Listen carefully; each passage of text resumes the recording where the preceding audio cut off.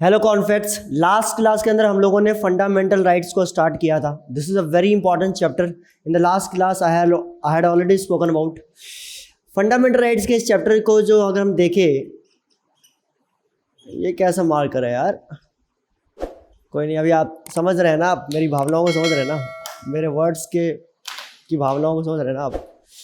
इसका जो आर्टिकल है वो आर्टिकल आपका 12 से लेकर और 35 तक है। मैंने आपको बताया था कि इसके अंदर 6 तरह के राइट्स हैं जो हमारी फंडामेंटल राइट्स में। पहले 7 थे, उसमें एक राइट टू इक्वालिटी है जो कि आर्टिकल 14 से लेकर 18 तक बात करता है। देन राइट टू स्पीक है, ठीक है, जो कि आपका आर्टिकल 19 से लेकर 22 तक बात करता है। देन आपका राइट अगेंस्ट एक्सप्लॉयटेशन है जो आपका आर्टिकल 23 एंड 24 है, ठीक है। उसके बाद आर्टिकल राइट आप कह सकते हैं रिलीजियस राइट, ठीक है। रिलीजियस राइट आर्टिकल 25 से लेकर 28 तक है, राइट। और उसके बाद आपका जो है एजुकेशनल, आप कह सकते हैं एजुकेशन एंड कल्चरल राइट है जो कि आपका आर्टिकल 29 एंड 30 है। उसके बाद हम लास्ट जो है वो आपका आर्टिकल 32 है जिसे हम कहते हैं कॉन्स्टिट्यूशनल रेमेडी, आर्टिकल 32। ये आपका ये 6 तरह के राइट्स हैं, 1 2 3 4 5 और ये 6 तरह के राइट्स हैं। फंडामेंटल राइट और जो बाकी लीगल राइट्स हैं, जो ऑर्डिनरी राइट्स जो हमारे पास है उनमें, और कॉन्स्टिट्यूशनल राइट्स, इन तीनों में क्या डिफरेंस है मैंने बता दिया था। जो कॉन्स्टिट्यूशन से बाहर वो ऑर्डिनरी राइट्स, जो कॉन्स्टिट्यूशन के अंदर लेकिन फंडामेंटल राइट के चैप्टर 3 से बाहर वो कॉन्स्टिट्यूशनल राइट, और जो चैप्टर 3 ऑफ द कॉन्स्टिट्यूशन के अंदर मौजूद है वो आपका फंडामेंटल राइट्स है। उसके बाद मैंने आपको बताया था कि फंडामेंटल राइट्स जो है वो इंसान के अंदर जो है उसकी तमाम, उसके जो अंदर पाए जाने वाले गुण हैं, उन सारे गुणों के विकास के लिए जो है अधिकारों का होना बहुत आवश्यक है। बोलने का अधिकार, सोचने का अधिकार, सोचकर अपनी बात कहने का अधिकार, कहीं जाने का अधिकार, कुछ व्यापार करने का अधिकार, कुछ भी नया करने का। बट ये ध्यान रखें, फंडामेंटल राइट्स को पढ़ते समय एक बात मैं डिस्क्लेमर में पहले ही बोल दे रहा हूँ कि दीज आर नॉट एब्सोल्यूटरी राइट्स। ये एब्सोल्यूट राइट्स नहीं है। कहीं कहीं पे सरकार चाहे तो रीजनेबल रेस्ट्रिक्शंस लगा सकती है। वो कहाँ कहाँ लगाएगी, क्या क्या लगाएगी, वो मैं बता दूंगा, ठीक है ना। हर आर्टिकल के एंड में मैं बताऊंगा। उसके बाद मैंने लास्ट क्लास में आपका राइट इक्वालिटी का राइट जो है, राइट टू इक्वालिटी जो है मैंने स्टार्ट किया था, जो कि आर्टिकल 14 से लेकर article I will say article 18 तक है। जिसमें मैंने आर्टिकल 14 आपको बता दिया था, equality before the law. Equality before the law में क्या कहा जाता है कि भाई 2 तरह की चीज़ें हैं, एक है इक्वालिटी बिफोर द लॉ, एक है equal protection from the law. तो इन दोनों में मैंने आपको बताया था कि कैसे आपका जो है, जब आपका केस लिखा जाएगा या सुना जाएगा तो दोनों साइड को सुना जाएगा, ठीक है। Equal protection before the law plus equality before the law. तो आपका केस जो है वो इक्वल सुना जाएगा, इक्वल सर्कमस्टेंस में इक्वल ट्रीटमेंट की जाएगी आपके साथ। अगर सर्कमस्टेंस 2 लोगों के एक जैसे हैं तो आपके साथ कोई भेदभाव नहीं होगा, चाहे बड़ा हो, छोटा हो, अमीर हो, गरीब हो, मेल हो, फीमेल हो, किसी भी आपके समाज के अंदर क्या मतलब कि किसी भी वर्ग का हो वो इंसान, चाहे वो ब्राह्मण हो, क्षत्रिय हो, वैश्य हो, शूद्र हो, ठीक है, किसी भी तरह का इंसान हो, अपर कास्ट हो, लोअर कास्ट हो, सबके साथ जो है एक बराबर जो है जुडिशरी इंसाफ करेगी। कोर्ट के सामने सब बराबर हैं, ये कोर्ट कहना चाहता है आर्टिकल 14 के तहत, ठीक है। उसके जो जितने भी आपके जितने भी परिप्रेक्ष्य थे मैंने सब आपको जो है लास्ट क्लास में मैंने बता दिया। जितनी भी दूर तक इसके बारे में बात की जा सकती है, एक कॉम्प्रहेंसिव एनालिसिस जो हो सकता है इस पर्टिकुलर आर्टिकल 14 पे, वो मैंने आपका जो है बता दिया था। तो मुझे लगता है कि आर्टिकल 14 मैंने आपको बता ही रखा है, इक्वालिटी बिफोर द लॉ, ठीक है। अब बात करनी चाहिए हमें आर्टिकल 15 के ऊपर। आर्टिकल 15 पे ही बात कर रहा था मैं लास्ट क्लास में, लेकिन मैं रुक गया था। ये है प्रोहिबिशन ऑन डिस्क्रिमिनेशन। किस पे रोक लगा रहे हैं? भेदभाव पे प्रोहिबिट कर रहा है। किसको? डिस्क्रिमिनेशन को। On the basis of what? ये जो भेदभाव कर रहे हैं कौन सा भेदभाव, किस बेसिस पे आपको प्रोहिबिट किया जा रहा है? तो 4 तरीके से। अगर आप किसी के साथ जो है रिलीजन की वजह से जो है भेदभाव करते हैं, अगर आप जो है रेस, कास्ट, सेक्स और प्लेस ऑफ बर्थ, अगर आप इन 5 आधार पे किसी के साथ भी अगर आप डिस्क्रिमिनेशन करते हैं तो आपके पास हमेशा जिस भी फंडामेंटल राइट के अंदर मैं आपको पढ़ाऊंगा और उसमें जो भी मैं आपको बताऊंगा कि ये आपकी पावर्स हैं, उन पावर्स का अगर इस्तेमाल नहीं होता है, क्योंकि you know the constitution gives you the guarantee of these fundamental rights, but the guarantees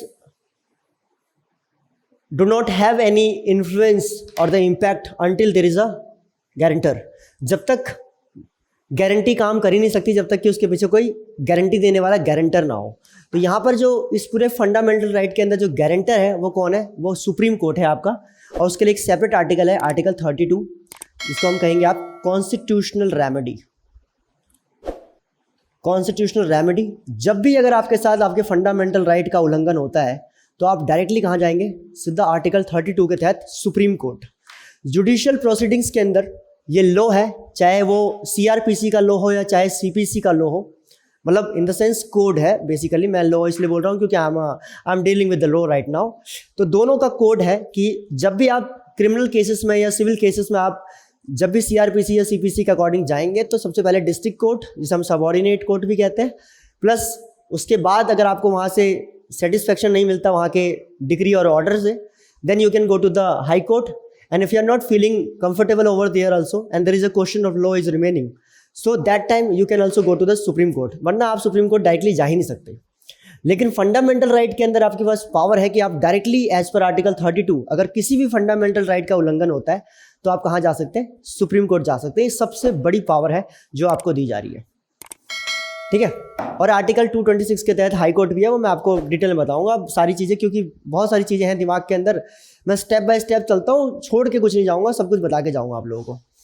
article 15 कहता है कि prohibition on discrimination on the basis of religion, race, caste, sex और प्लेस ऑफ बर्थ।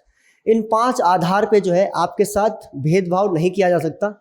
अगर इन 5 आधार पे अगर आपके साथ भेदभाव होता है तो आपके पास अधिकार है कि आप कहाँ जा सकते हैं? आप आर्टिकल 32 के तहत डायरेक्टली सुप्रीम कोर्ट जा सकते हैं और वहाँ कह सकते हैं कि माय लॉर्ड। आर्टिकल 15 कहता है कि धर्म, नस्ल, जाति और आपका जो है लिंग और जन्म स्थान के नाम पे जो है मेरे साथ कोई भेदभाव ना करने की बात देश के संविधान ने कही थी अनुच्छेद 15 के अंदर। लेकिन इस अनुच्छेद 15 का पालन नहीं किया जा रहा है और मेरे साथ इन्हीं आधारों पे जो है भेदभाव हो रहा है। आप कुछ करें, कुछ ऑर्डर पास करें जिससे कि मुझे क्या मिले? इंसाफ मिले। आप ये बात कह सकते हैं डायरेक्टली कहाँ जाकर? Supreme court. And you have the power, I am telling you, सब जितने भी हैं, if you are a citizen of India और whether you are not a citizen of India, article 15 आपको कहता है कि you can directly go to the supreme court of India. अब रिलीजन का मतलब क्या है? जैसे एग्जाम्पल के तौर पर रिलीजन के मामले में आपके साथ भेदभाव कैसा हो रहा है? जैसे मान लो कि किसी भी एजुकेशनल इंस्टीट्यूशन के अंदर, किसी स्कूल के अंदर, किसी हॉस्पिटल के अंदर आपको सिर्फ इसलिए नहीं एंट्री करने दिया जा रहा क्योंकि आप किसी पर्टिकुलर वर्ग या धर्म से आते हैं, जैसे मान लो कि आप, जैसे फॉर एग्जांपल आप मुस्लिम धर्म से आते हैं और इस वजह से आपको जो है किसी भी सरकारी हॉस्पिटल में एंट्री नहीं दे रहे हैं, या आप जो है हिंदू रिलीजन से आ रहे हैं और किसी पर्टिकुलर जो हॉस्पिटल में कोई दूसरे रिलीजन का पर्सन आपके इस रिलीजन के आधार पे आपको एंट्री नहीं दे रहा है। अगर ऐसी कोई कंडीशन है या ऐसा कोई भी जो आपका कोई भी ऐसी बॉडी है जिस बॉडी में अगर आपके साथ जो है इस तरह का भेदभाव हो रहा है, क्या है ना कि देखो आपको कहीं कहीं पे लगेगा कि सर कुछ बातें छूट रही हैं, तो छोड़ने के पीछे मेरा कारण है, ठीक है ना। तो आप सिर्फ चलते रहे, चैप्टर खत्म होने के बाद फंडामेंटल राइट्स आपके दिमाग के अंदर होगा। That is my guarantee to you, here I am a guarantor.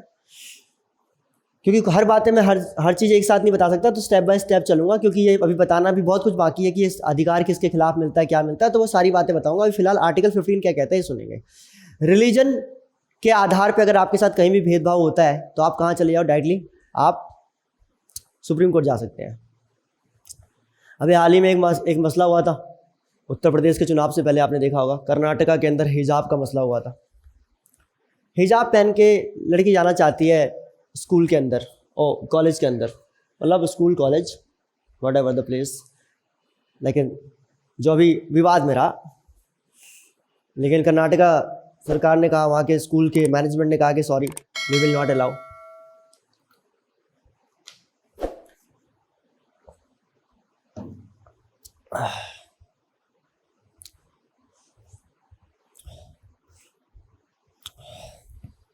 फिर मामला आपको पता है कि कोर्ट में गया, कर्नाटका के अंदर Bangalore high court, I think Bangalore high court ने अपना फैसला दिया कि बिल्कुल सही कह रही है मैनेजमेंट, नहीं होगा। फिर आई थिंक मेरे साथ सुप्रीम कोर्ट में भी गया था ये मामला, ठीक है, क्योंकि एक आर्टिकल है हमारा भी आएगा, आर्टिकल 139A, आर्टिकल 139A कहता है कि जब देश के बहुत सारे कोर्ट्स के अंदर जब एक जैसा ही मामला चलने लग जाता है, एक जैसे ही मैटर के ऊपर FIR हो, जैसे कि बहुत सारे हाई कोर्ट्स में हिजाब को लेकर जो है मुस्लिम पक्ष के लोगों ने FIR कर दिया, कंप्लेंट कर दिया, तो हर एक जगह पे ये केस एंटरटेन होना स्टार्ट हो जाएगा अगर, तो हर जगह पे क्या होगा कि हर जगह फैसले अलग अलग आएंगे। फिर डिपार्टमेंट जो है, पुलिस जो है, आप जो है ब्यूरोक्रेसी और डिप्लोमेसी वाले, आप परेशान हो जाएंगे कि यार कौन सा हाई कोर्ट का फैसला मानना है। तो सुप्रीम कोर्ट आर्टिकल 139A के तहत क्या करता है, सारे के सारे मामलों को एक करके अपने पास ले लेता है, ठीक है, ट्रांसफ़र करवा देता है अपने पास उन केसेस को, और उन केसेस को फिर खुद सुनता है। तो सुप्रीम कोर्ट ने क्या कहा, ये कोर्ट ने क्या कहा, आप कंफर्म कर लेना कि सुप्रीम कोर्ट था या हाई कोर्ट था। तो क्या स्टेटमेंट आई कि essential part of the religion अगर है तो माइनॉरिटीज़ को अलाउड है कि वो क्या कर सकते हैं, वो किसी भी मतलब एजुकेशन इंस्टीट्यूशन के अंदर उसको कैरी कर सकते हैं। जैसे मैं अभी आप लोगों को पढ़ा रहा हूँ और मैंने हाथ में जो ये पहन रखा है आपका, ये हरिद्वार से और किसी भी रिलीजियस साइट से अगर मान लो आता है और मेरा स्कूल मैनेजमेंट कहता है कि सर ये नहीं पहन के आना, तो इसके ना पहनने से अगर मेरा धर्म खतरे में है तो फिर तो मैं इसको नहीं पहन के आ सकता, मतलब कि इसको पहन के मैं ज़रूर आऊँगा। और अगर नहीं है खतरे में, इसेंशियल पार्ट नहीं है, तो फिर मैं जो है इसको पहनकर ना भी जाऊँ तो वो रोक सकते हैं मेरे को, मतलब कि मैं ना जाऊँ ऐसा कह सकते हैं मेरे को। तो essential part of the religion का होना बहुत ज़रूरी है। आर्टिकल 15 कहता है कि प्रोहिबिशन ऑन डिस्क्रिमिनेशन जो है रिलीजन के बेस पे अगर आपके साथ हो रहा है और जबकि वो आपका जो है इसेंशियल पार्ट है कि आप इसको अलग करके नहीं चल सकते, तो ऐसे में क्या होगा, ऐसे में जो है आप सुप्रीम कोर्ट के अंदर डायरेक्टली जा सकते हैं एज पर आर्टिकल 32। अगर मान लो कि रिलीजन के बाद रेस, जैसे कि कहीं पे आपको एंट्री इसलिए नहीं दे रहे कि आप काले हैं, अब रंग से काले हैं। हमारे यहाँ पे जो है कलर को लेकर इतना विवाद नहीं होता, हमारे पास जाति जैसे इतने प्यारे प्यारे मुद्दे हैं, हम धर्म पे लड़ सकते हैं, तो हम क्यों जो है नस्ल के आधार पे हैं। और नस्ल के आधार पे अगर कोई केस आता भी होगा कोर्ट में तो मुझे लग रहा है हल्के में ले लेते होंगे ये लोग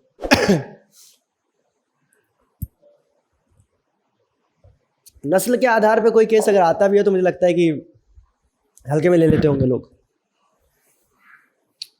अब सोचो ना यार, पुलिस पूरे दिन ऐसी फ्रस्ट्रेट है, पूरे दिन चोर क्रिमिनल्स इनके पीछे भाग भाग कैसी फ्रस्ट्रेट है, और शाम को एक केस आ रहा है कि सर जी वो मेरा दोस्त है उसने मुझे कल्लू कह दिया। अब पुलिस वाला टेंशन में आ जाएगा, बोलेगा यार उसको क्या समझाऊं, तो वो आपको यही बात बोलेगा कि बेटा देख उसने तुझे कल्लू इसलिए बोला क्योंकि तू कल्लू है ठीक है, तुझको उसने कालिया बोला तो इसलिए बोला क्योंकि तू कालिया है, भाग जाए से तो आप क्या ही करेंगे उसके अंदर। अब वो ऐसे कैसे एंटरटेन करेगा। लेकिन जोक्स अपार्ट, आपके पास अधिकार है, आप काले गोरे का क्या कहते हैं मतलब जो है आप उतना नहीं मानते ना, क्योंकि अपन सब रंगों से प्यार करने वाले लोग हैं हिंदुस्तान वाले, ठीक है। हमारे यहाँ तो गाना भी बना हुआ है ऐसी कि यशोमती मैया से बोले नंद लाला, राधा क्यों गोरी और मैं क्यों काला, गोरे रंग पे ना इतना गुमान कर, गोरा रंग 2-3 दिन में ढल जाएगा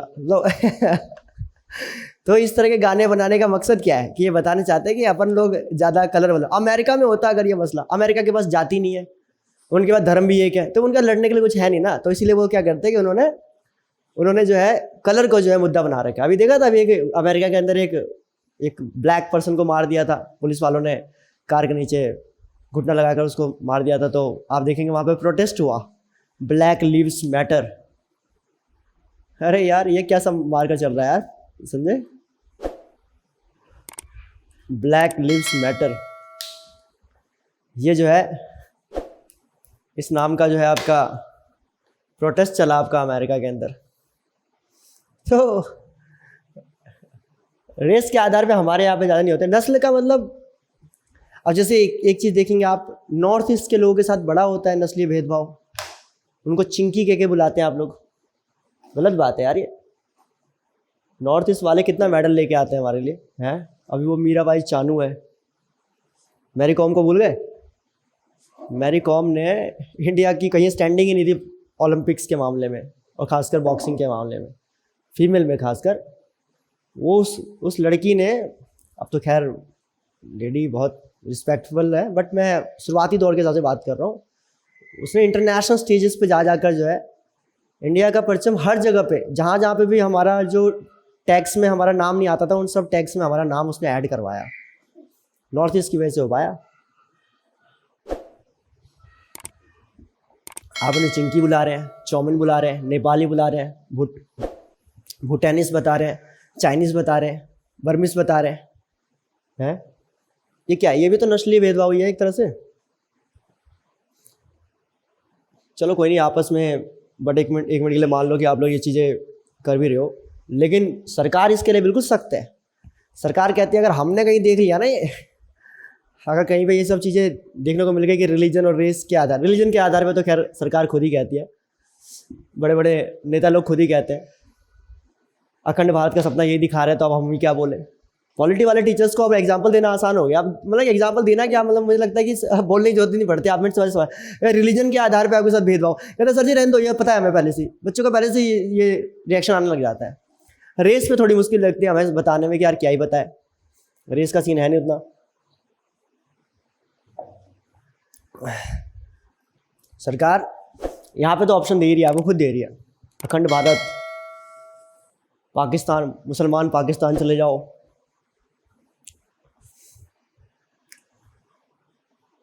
नेहरू जिंदा का दोस्त था, ये सब बातें कर करके आज के लोगों को प्रोवोक करना कि हाँ, तो ये सब पुरानी टेंडेंसीज को रिपीट करना, ये तो इसमें तो खैर पता ही आपको सारा का सारा। मगर फिर भी आपके साथ अगर ऐसा कुछ होता है, ठीक है, तो आप कहाँ जा सकते हैं? डायरेक्टली सुप्रीम कोर्ट जा सकते हैं आर्टिकल 32 के तहत। कभी भी कुछ दिक्कत होगी सीधा मैं आपको इधर दिखा दूंगा आर्टिकल 32, आप समझ जाना गेम क्या है, ठीक है। उसका कास्ट, अरे कास्ट पे तो खैर बहुत लंबी चौड़ी बात हो सकती है।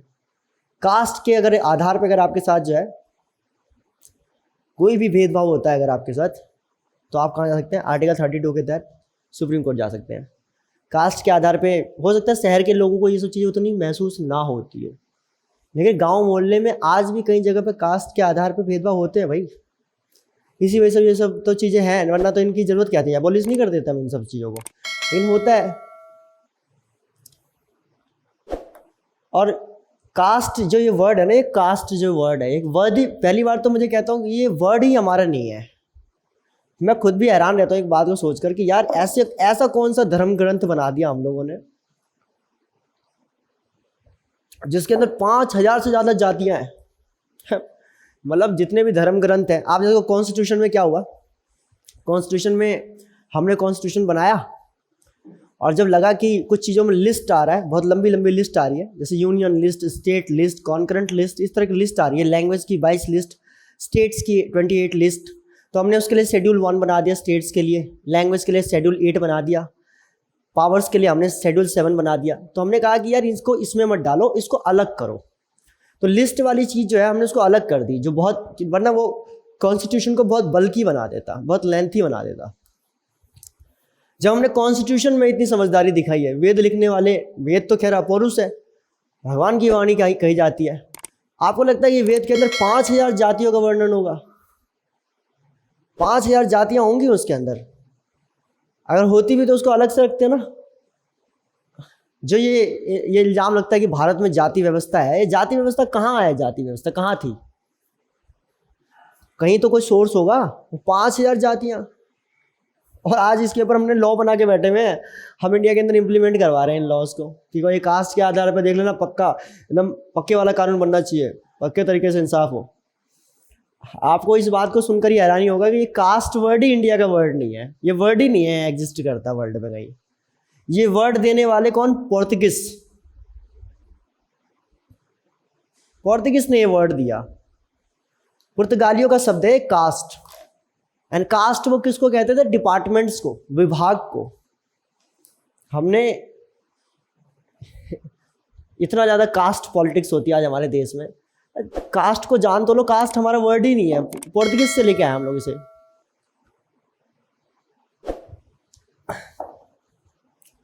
लॉर्ड मकैलो ने जब 1835 में उन्हें जो है यहाँ पर एजुकेशन और लॉ के ऊपर जो है एक कमेटी बनाई गई, कमीशन बनाया गया, उसका चेयरपर्सन उन्हें बनाया गया, चेयरमैन बनाया गया।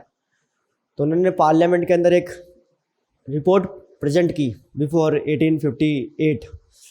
तो 1856-57 के अराउंड आई थिंक मेरे हिसाब से वो रिपोर्ट पेश की होगी। उसके बाद उन्होंने भाषण दिया पार्लियामेंट के अंदर, और पार्लियामेंट में उन्होंने एक बात कही, यूट्यूब पे भी है शायद, मेरे हिसाब से यूट्यूब पे भी अवेलेबल है। लॉर्ड मकैलो ने एक बात कही, उन्होंने कहा कि अगर हम हिंदुस्तान को, अगर उसके सामाजिक और राजनीतिक तो चलो हम ही हैंडल कर रहे हैं, लेकिन सामाजिक और सांस्कृतिक अगर उनकी समस्याओं, अगर पाखंडों को अगर हम बदलने की कोशिश करेंगे ना, अगर हम उसमें बदलाव लेके आने की कोशिश करेंगे, तो हो सकता है कि हम 40 और 50 साल हम भारत में और शासन कर सकते हैं अभी। किंतु अगर हम उनके सामाजिक और सांस्कृतिक और धार्मिक पाखंडों के ऊपर जो है अगर हम कोई चोट ना करें और बल्कि उसको बढ़ावा दें, तो हम आने वाले 100 सालों तक हिंदुस्तान में राज कर सकते हैं। अब ये आपको देखना है कि भारत में क्या करना है। राज करना था भाई, तो उन्होंने अप्रूव कर दिया। जो भी एजुकेशन पॉलिसी लॉर्ड मकैलो ने इंट्रोड्यूस किया, जो भी लॉ पॉलिसी उसने इंट्रोड्यूस किया, वो सारा का सारा एक्सेप्ट कर लिया गया।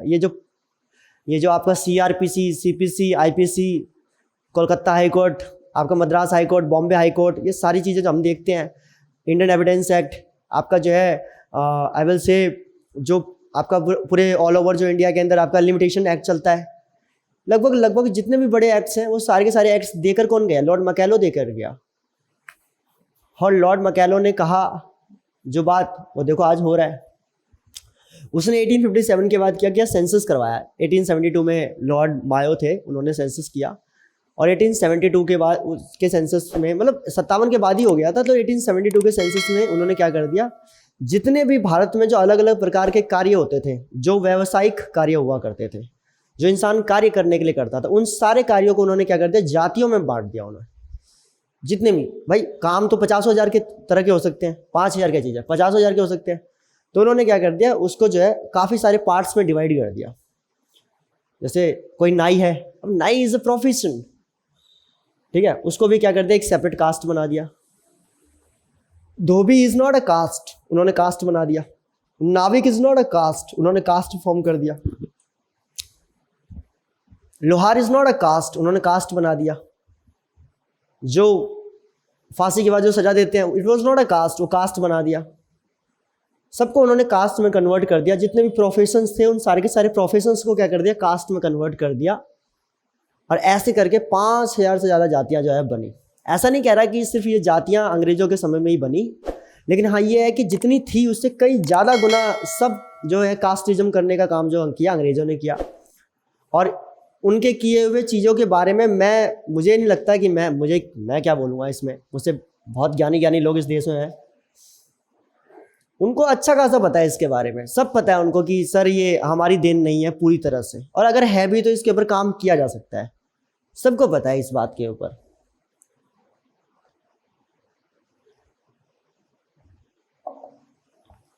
लेकिन कोई भी जो है इसके अंदर इसको रिवाइव करने या मतलब इसको जो ठीक करने की कोशिश कोई नहीं करता।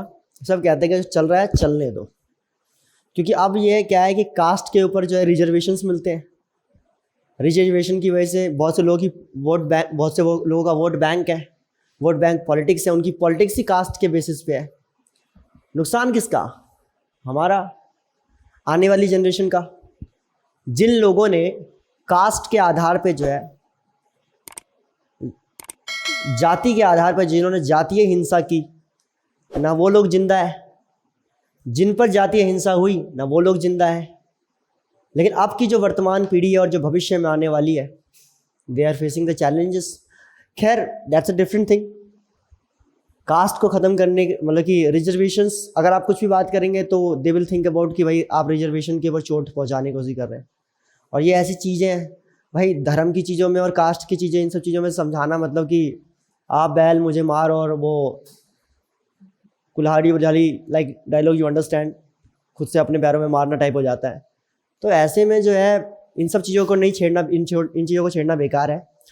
लेकिन कास्ट के अगर आधार पे जो है, अगर आपको कोई कहे कि आप जो है निम्न जाति के हैं या आप जो है लोअर कास्ट से बिलोंग करते हैं, इस आधार पे अगर आपको किसी भी हॉस्पिटल, एजुकेशन इंस्टीट्यूशन में या कोई किसी भी गवर्नमेंट डिपार्टमेंट में एंट्री नहीं मिल रही है, तो आप जो है उसके ऊपर जो है आप कहाँ जा सकते हैं, आर्टिकल 32 के तहत डायरेक्ट सुप्रीम कोर्ट जा सकते हैं। और सुप्रीम कोर्ट फिर क्या करेगा, अपनी तरफ से रिट इशू करेगा, मतलब ऑर्डर्स को कहा जाता है रिट।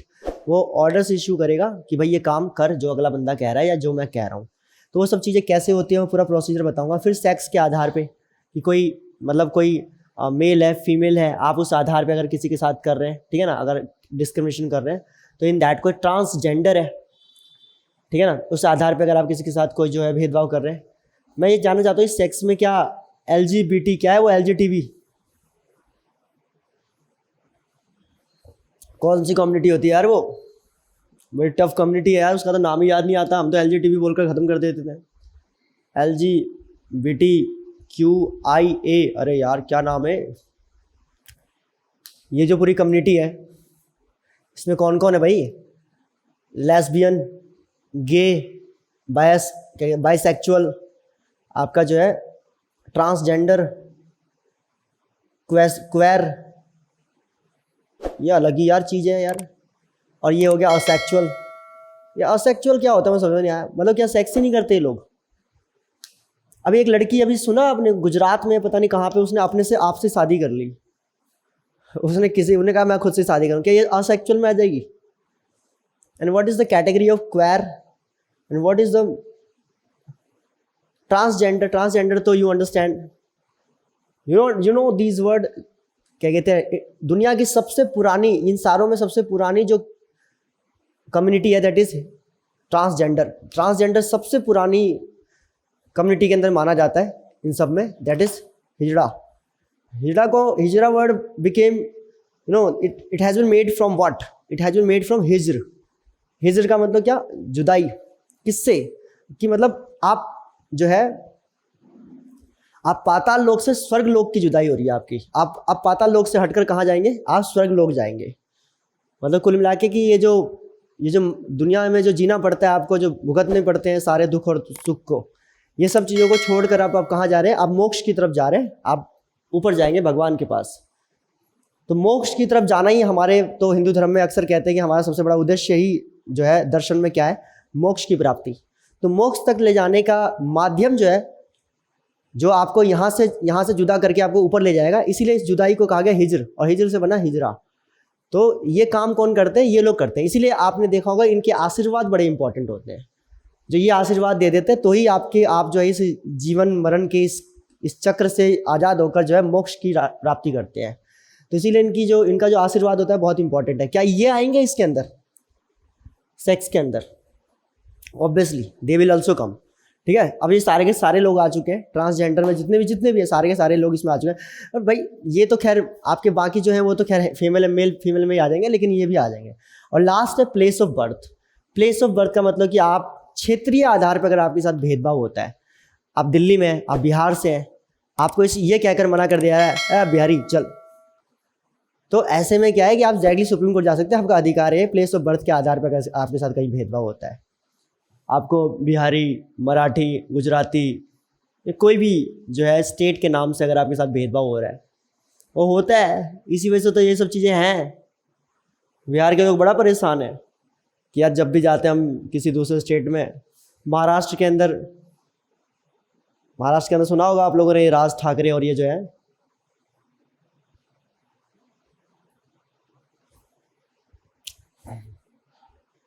बिहार, झारखंड, छत्तीसगढ़, उत्तर प्रदेश के इलाके के जो ये लोग हैं ना, अगर ये लोग यहाँ से हट जाए ना, मतलब अगर ये लोग वापस आ जाए अपने स्टेट के अंदर वापस हैं, ये सारे अपने अलग अलग जगह को छोड़ के, तो मुझे लगता है कि मतलब पूरे हिंदुस्तान के अंदर घर बनने बंद हो जाए। कंस्ट्रक्शन का आधे से ज़्यादा काम इनके भरोसे है। आयरन और स्टील की फैक्ट्रीज के अंदर सबसे ज़्यादा लोग यही हैं।